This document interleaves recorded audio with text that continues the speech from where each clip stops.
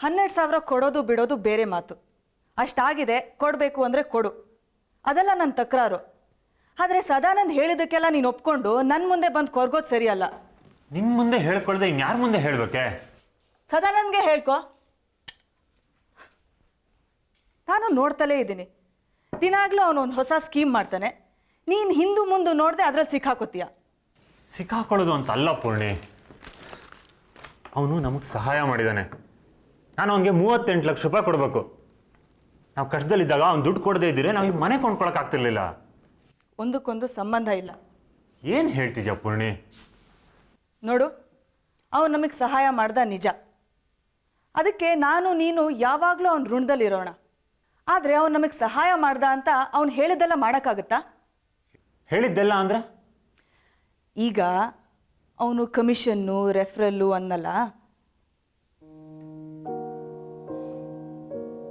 ನನಗೆ ಗೊತ್ತು, ನಾನು ಹೇಳಿದ್ದು ನಿನಗಿಷ್ಟ ಆಗಲಿಲ್ಲ.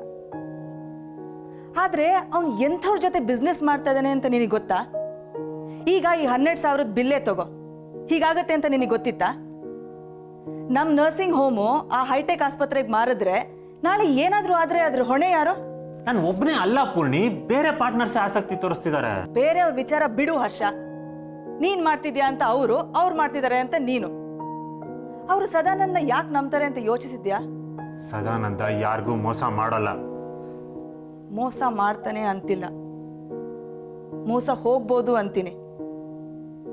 ನೀನು ಅಷ್ಟೇ, ಮೋಸ ಹೋಗ್ಬೋದು. ಅವನಿಗೂ ಕಷ್ಟ ಇದೆ ಪೂರ್ಣಿ. 1.5-2 ಕೋಟಿ ಟ್ಯಾಕ್ಸ್ ಕಟ್ಟಬೇಕು ಅಂದ್ರೆ ಹೇಗೆ ಸಾಧ್ಯ ಹೇಳು? ಗೊತ್ತಿಲ್ಲ ಹರ್ಷ, ಅದ್ರ ಬಗ್ಗೆ ಯೋಚನೆ ಮಾಡು, ಮಾತಾಡೋಣ. ಬೇಕಿದ್ರೆ ಈ ಎಸ್ಟೇಟ್ ಮಾರ್ಬಿಡು, ಬಂದ ಹಣನ ಅವನಿಗೆ ಕೊಟ್ಬಿಡು. ಕೈಲೇನಾದರೂ ಉಳಿದಿದ್ರೆ ಅದನ್ನು ಕೊಡು. ನಾನು ಅಡ್ಡ ಮಾತಾಡಲ್ಲ. ಆದರೆ ಅವನು ನಮಗೆ ಸಹಾಯ ಮಾಡಿದ್ದಾನೆ, ಈಗ ಕಷ್ಟದಲ್ಲಿದ್ದಾನೆ, ಏನು ಬೇಕಾದರೂ ಮಾಡ್ತೀನಿ ಅನ್ನೋದು ನನಗೆ ಒಪ್ಪಿಗೆ ಇಲ್ಲ. ಏನು ಬೇಕಾದರೂ ಮಾಡ್ತೀನಿ ಅನ್ಲಿಲ್ಲ ನಾನು. ಆಯಿತು, ನಿನಗೆ ಸರಿ ಅನ್ಸಿದ್ದನ್ನು ಮಾಡು. ತಪ್ಪು ಅನ್ಸಿದ್ರೆ, ಅನುಮಾನ ಇದ್ದರೆ ಮಾಡಬೇಡ. ಅಷ್ಟೇ ನಾನು ಹೇಳ್ತಾ ಇರೋದು. ಈ ಮಾತನ್ನು ಸದಾನಂದ್ಗೂ ನೀನು ಹೇಳಬೇಕು. ಅವನ ಮುಂದೆ ಏನು ಹೇಳಬೇಕು ಅಂತಾನೆ ತೋಚಲ್ಲ ನನಗೆ. ಏನು ಹೇಳಬೇಡ, ಸುಮ್ಮನಿದ್ಬಿಡು. ಯೋಚನೆ ಮಾಡಿ ಹೇಳ್ತೀನಿ ಅಂತ ಹೇಳು. ಯಾಕೆ ಕೋಲೆ ಬಸವಂತರ ಹ್ಞೂ ಅಂತೀಯ?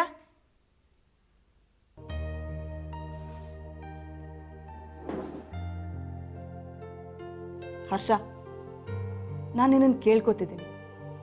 ನಿನಗೆ ನಿಜಕ್ಕೂ ಸದಾನಂದ್ಗೆ ಒಳ್ಳೇದು ಮಾಡಬೇಕು ಅನ್ಸಿದ್ರೆ ಅವನಿಗೂ ಇದನ್ನೆಲ್ಲ ಹೇಳಬೇಕು.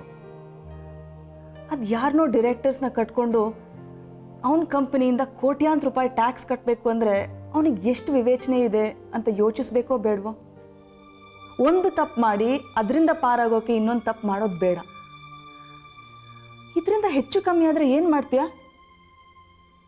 ನೋಡು, ನೀನು ಸದಾನಂದ್ ಜೊತೆ ಮಾತಾಡಬೇಕು, ನೇರವಾಗಿ ಹೇಳು, ಓಕೆ?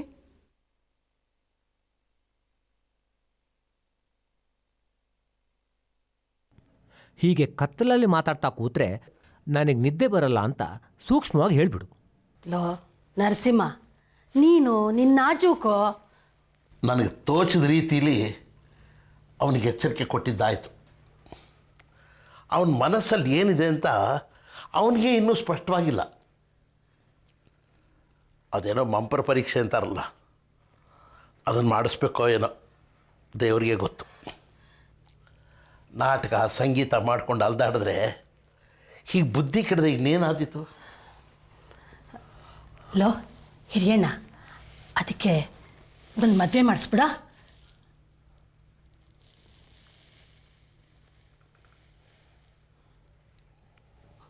ಸಾವಿತ್ರಿ, ನನ್ನ ಯೋಚನೆಗಳನ್ನು ನಿಯಂತ್ರಿಸೋದರಲ್ಲೇ ಸುಸ್ತಾಗಿದೆ.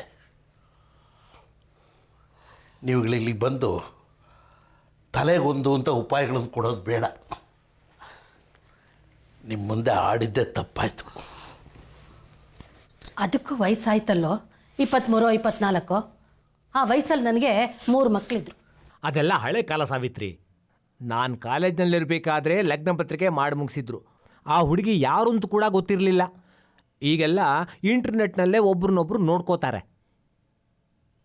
ಕ್ಯಾಮರಾ ಕಂಪ್ಯೂಟರ್ನಲ್ಲಿರುತ್ತೆ. ಅದಕ್ಕೇನೋ ಗೊತ್ತಾಗುತ್ತೆ.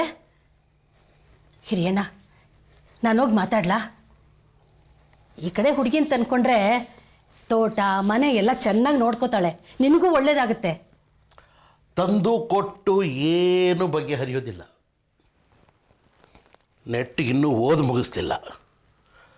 ಸರಿಯಾಗಿ ಶರಾಯಿ ತೊಟ್ಕೊಳಕ್ಕೂ ಬರಲ್ಲ ಇವನಿಗೆ. ಇವನ್ ಯಾವುದೋ ಹುಡುಗಿ ಕತ್ತಿಗೆ ನೇತು ಹಾಕಿ ನಾನು ಯಾಕೆ ಪಾಪ ಕಟ್ಕೊಳ್ಳಿ?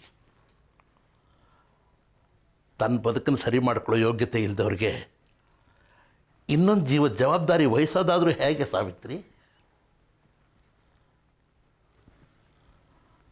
ನನ್ನ ಮನೆ ನೋಡ್ಕೊಳ್ಳೋಕ್ಕೆ ನಡೆಸೋಕ್ಕೆ ಸೊಸೆನ ಹುಡುಕಬೇಕು ಅಂತೀಯಲ್ಲ, ನಾನೇನು ವೃಥಾ ನಿಂದನೆ ಮಾಡ್ತಿದ್ದೀನಿ ಅಂತ ತಿಳ್ಕೊಬೇಡ. ಬಾಗುಗೆ ನಾನು ತಕ್ಕ ಗಣ್ಣಾಗಿರಲಿಲ್ಲ. ಅದು ಅವಳಿರೋವರೆಗೂ ನನ್ನ ಅರಿವಿಗೂ ಬರಲಿಲ್ಲ. ಇವನು ಸರಿಯಾಗೋವರೆಗೂ ಮದುವೆ ಪ್ರಶ್ನೆನೇ ಇಲ್ಲ. ನಾನಂತೂ ಏನೂ ಮಾಡೋದಿಲ್ಲ. ಬೇಕಾದರೆ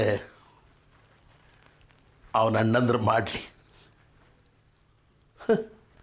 ಅವ್ರಿಗೆ ಪುರುಸೊತ್ತಿಲ್ಲಿದೆ.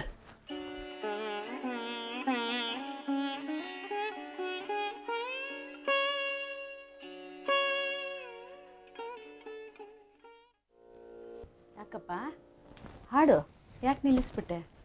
ನೀವೇನೋ ಹೇಳ್ತೀರಿ ಅಂತ ತಿಳಿದೆ. ಏನಿಲ್ಲ, ಏನೋ ಬೇಜಾರಾಯಿತು, ಸುಮ್ಮನೆ ಕೂರಕ್ಕೆ ಬಂದೆ. ಆರಾಮಿದ್ದಿ ತಾನೆ? ಇದ್ದೀನಿ, ಆದರೆ ಮನಸ್ಸು ಒಂದು ಕಡೆ ನಿಲ್ತಾ ಇಲ್ಲ. ಆ ಭರ್ತಂದೇ ಯೋಚನೆ ಆಗಿದೆ. 100,000 ಅಂತ ಮಾತಾಡ್ತಿದ್ದೋನು ಲಕ್ಷಗಟ್ಟಲೆ ಬಂಡವಾಳ ಹೂಡ್ತೀನಿ ಅಂತಾನೆ. ಇವನಿಗೆ ಯಾರೋ ಗಂಟು ಬಿದ್ದು ತಲೆ ತಿರುಗಿಸಿದ್ದಾರೆ. ಯಾವ ಬ್ಯಾಂಕ್ ಬಗ್ಗೆ ಮಾತಾಡ್ತಿದ್ದ ಅವನು? ಯಾವುದೋ ಫಾರಿನ್ ಬ್ಯಾಂಕ್ ಅಂತೆ. ನಿಮ್ಮಪ್ಪನಿಗೆ ಹೇಳಿದೆ ವಿಚಾರಿಸಿ ಅಂತ. ನಿರ್ಲಿಪ್ತವಾಗಿ ಇದ್ದು ಬಿಡ್ತಾರೆ. ಅವಿವೇಕಿ ಭರ್ತ, ಅವನ್ನ ಇವರು ಅಂಕೆಲಿ ಇಟ್ಕೊಳ್ಳೋಕ್ಕಾಗಲ್ಲ. ಹೋಗಲಿ, ಅದೇನು ವ್ಯವಹಾರ ನಡೆಸ್ತಾನೆ, ಅವನು ಯಾರು, ಅವನ ಹಾಳು ಸಾಂಗ್ವಿನ ಏನಾಗತ್ತೆ, ಅವನು ವಿಚಾರಿಸಿ ಅಂದರೆ ಅದೂ ಇಲ್ಲ. ಅಣ್ಣನ ಮಾತು ಎಲ್ಲಿ ಕೇಳ್ತಾನವನು? ಮೊದಲಿಂದಲೂ ಮೊಂಡು, ಇತ್ತೀಚೆಗಂತೂ ತೀರಾ ಆಗೋಗಿದೆ ಅವನು. ಎಲ್ಲ ನನ್ನ ಹಣೆ ಬರ ಅಷ್ಟೆ. ಅವನು ಸ್ವಲ್ಪ ಇಲ್ಪೈಲು.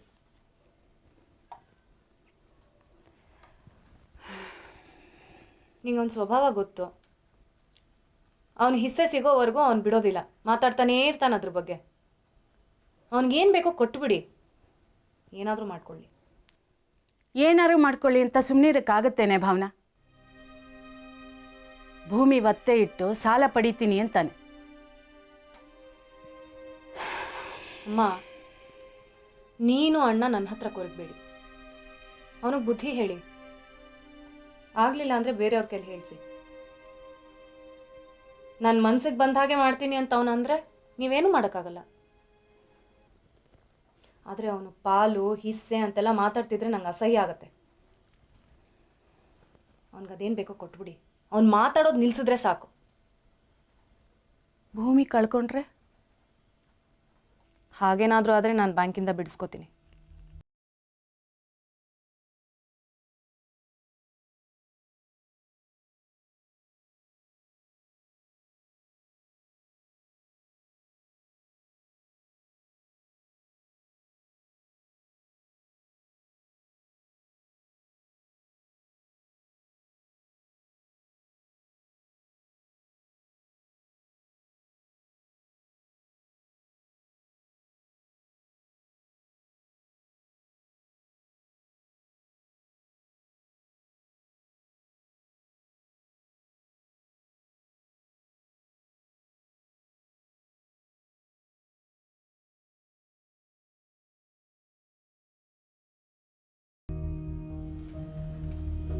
ಅಂದ್ರೆ ಹಿಂದಿನ ತಲೆಮಾರಿನಿಂದಲೂ ತಂದೆ ತಾಯಿಗೆ ಬಂದ ಆಸ್ತಿ, ಮಕ್ಕಳಿಗೆ ಅದ್ರಲ್ಲಿ ಪಾಲಿರುತ್ತೆ. ತಮ್ಮ ಜೀವಮಾನದಲ್ಲಿ ಅವ್ರು ಸಂಪಾದನೆ ಮಾಡಿದ ಆಸ್ತಿ ಮೇಲೆ ತಂದೆ ತಾಯಿಗೆ ಸಂಪೂರ್ಣ ಹಕ್ಕಿರುತ್ತೆ. ಅದನ್ನ ಅವ್ರು ಯಾರಿಗೆ ಬೇಕಾದ್ರೂ ಕೊಡ್ಬೋದು. ಆದ್ರೆ ಪಿತ್ರಾರ್ಜಿತ ಆಸ್ತಿ ಮಕ್ಕಳಿಗೆ ಸೇರ್ಬೇಕು.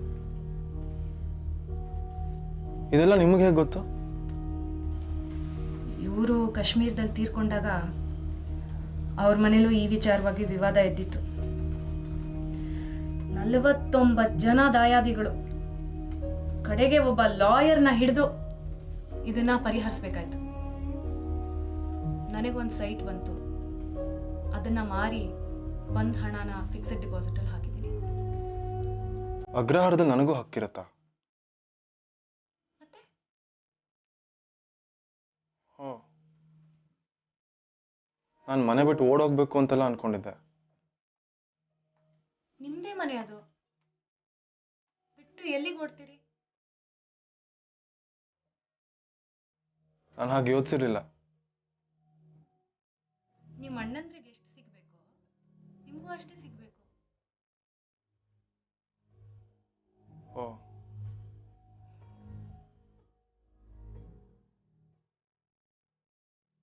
ನನಗೆ ಗೊತ್ತಿರಲಿಲ್ಲ. ರಿಯಲ್ ಎಸ್ಟೇಟ್ ಟೂರಿಸಮ್ ನನ್ನ ಪ್ರಕಾರ ಇದು ಬಹಳ ಒಳ್ಳೆ ಐಡಿಯಾ, ಉತ್ತಮವಾದ ಯೋಜನೆ, ಅಗತ್ಯವಾಗಿ ಮಾಡಬೇಕಾದ ಕೆಲಸ. ನೀವು ಯಾಕೆ ಹೀಗೆ ಕನ್ನಡದಲ್ಲೇ ಮಾತಾಡೋ ಹಠ ಮಾಡ್ತಿದ್ದೀರಿ? ನಾನು ಕೋಲ್ಕತ್ತಾಲಿದ್ದಾಗ ನನ್ನ ಕೋಲ್ಕತ್ತಾ ಅಂದರೆ ತುಂಬ ಅಭಿಮಾನ. ನನ್ನ ಪಾಡೋದು ಹುಡುಗರಿಗೂ ಅಷ್ಟೇ. ನಮ್ಮ ಭಾಷೆ, ನಮ್ಮ ನಗರ ಅಂದರೆ ಬೆಸ್ಟ್. ಅದೆಲ್ಲ ನಮಗೆ ತುಂಬ ಸಹಜ. ಆದರೆ ಇಲ್ಲಿ ಬ್ಯಾಂಗ್ಳೂರ್ನಲ್ಲಿ ಆ ಥರ ಇಲ್ಲ. ಅದಕ್ಕೆ ನಾನು ಕನ್ನಡ ಕಲಿತಿದ್ದೀನಿ. Good luck to you. ನೀವು ಎಷ್ಟು ವರ್ಷದಿಂದ ಇಲ್ಲಿದ್ದೀರಾ? ಆಯಿತು, ಒಂದು 20 ವರ್ಷ. ಅಂದರೆ ನೀವು ಈ ಸಿಟಿ ಅವರಲ್ಲ, ರೈಟ್? ರೈಟ್.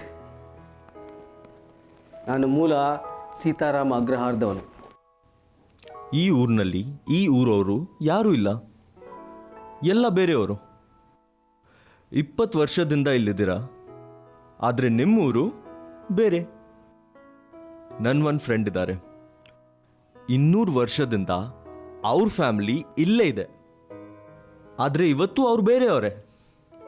ಅವ್ರೂರು ನೇಟಿವ್. ಆದರೆ ನಾನೆಲ್ಲಿ 4 ವರ್ಷದಿಂದ ಇದ್ದೀನಿ. ಆಮ್ ಬ್ಯಾಂಗ್ಳೂರಿಯನ್. ಇದು ನನ್ನೂರು. ಎಲ್ರಿಗೂ ಬೇರೆ ಬೇರೆ ಇರ್ತವೆ. ಹೌದು, ಸಿಟಿ ಬರೋರು ಎಲ್ಲೆಲ್ಲಿಂದಾನೂ ಬರ್ತಾರೆ. ಆದರೆ ಈ ಊರು ನಮ್ಮೂರು ಅಂತ ಅನ್ನೋಕೆ ಎಷ್ಟು ಕಷ್ಟ. I love Kolkata. ಆದರೆ ಈಗ ಇದು ನನ್ನ ಊರು. ಅದು ನಮ್ಮ ತಾಯಿ ಮನೆ, ಪಡ್ಕೊಂಡೂರು. ಇದು ನಮ್ಮ ಹೆಂಡತಿ ಮನೆ, ಕಟ್ಕೊಂಡೂರು.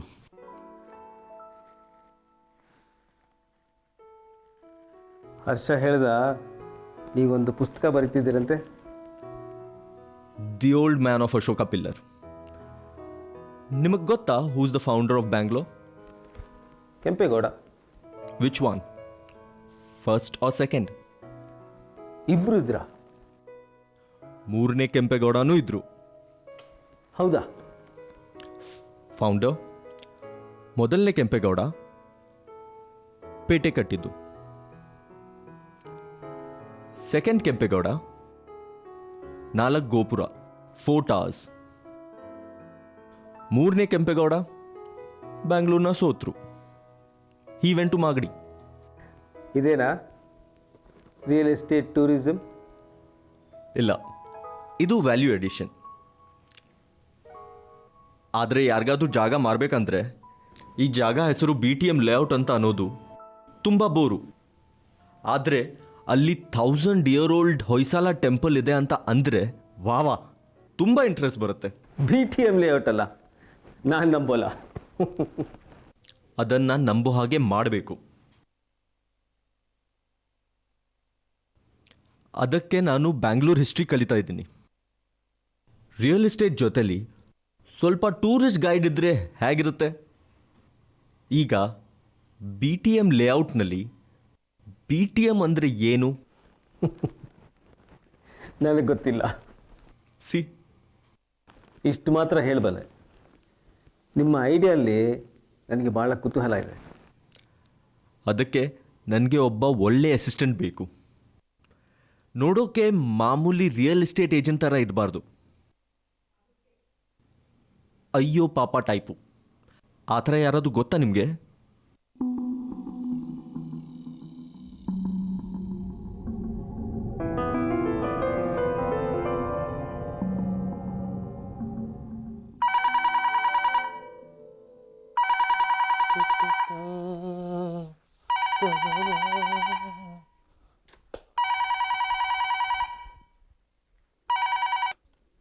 ಹಲೋ, ಏನು ಸದಾ? ಇದೇನೆ, ತಡಿ.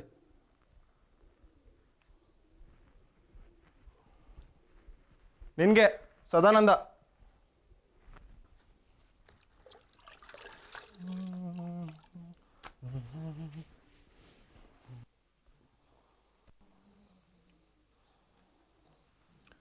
ಹಿರಿಯಣ್ಣ,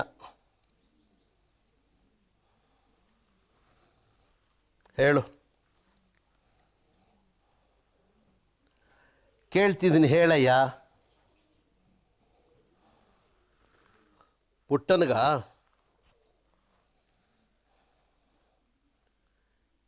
ಇದನ್ನೆಲ್ಲ ನನ್ನ ಯಾಕೆ ಕೇಳ್ತೀರಿ?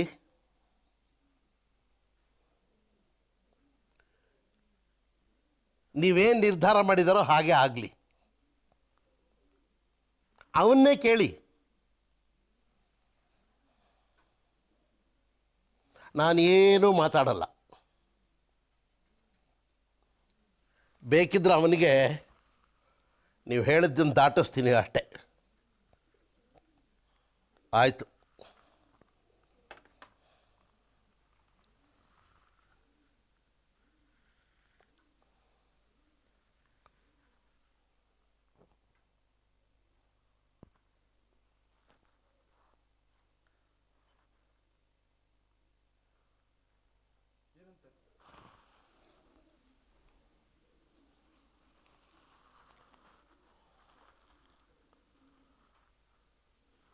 ಸದಾನಂದ ನಿನಗೊಂದು ಕೆಲಸ ನೋಡಿದಾನಂತೆ ಅವನ ಆಫೀಸ್ನಲ್ಲೇ. ಆದಷ್ಟು ಬೇಗ ನೀನು ಬೆಂಗಳೂರಿಗೆ ಹೋಗಬೇಕು ಅಂತ ಅವನು ಹೇಳ್ತಾನೆ. ನನ್ನ ಅಭಿಪ್ರಾಯ ಕೇಳ್ದ. ನನ್ನ ಉತ್ತರ ನೀ ಕೇಳಿದೀಯಾ? ಇನ್ನು ನಿಮಗೆ ಬಿಟ್ಟಿದ್ದು. ಏನು ಕೆಲಸ? ಅದನ್ನೆಲ್ಲ ನಾನು ವಿಚಾರಿಸೋಕ್ಕೆ ಹೋಗಲಿಲ್ಲ. ಅದನ್ನು ತಿಳ್ಕೊಂಡು ನನಗೇನಾಗಬೇಕು?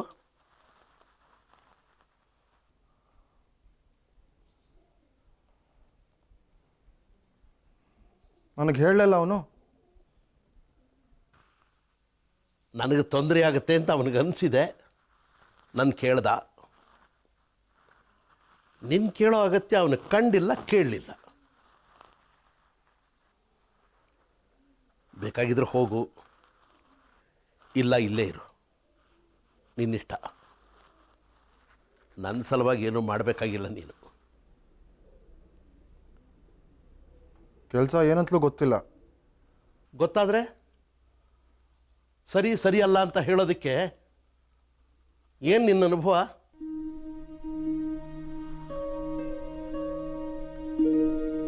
ನಾನು ಕೇಳಿ ತಿಳ್ಕೊತೀನಿ. ಕೇಳು, ತಿಳ್ಕೊ. ನಾನು ಹೇಳಬೇಕಾದ್ದೆಲ್ಲ ಹೇಳಾಯಿತು.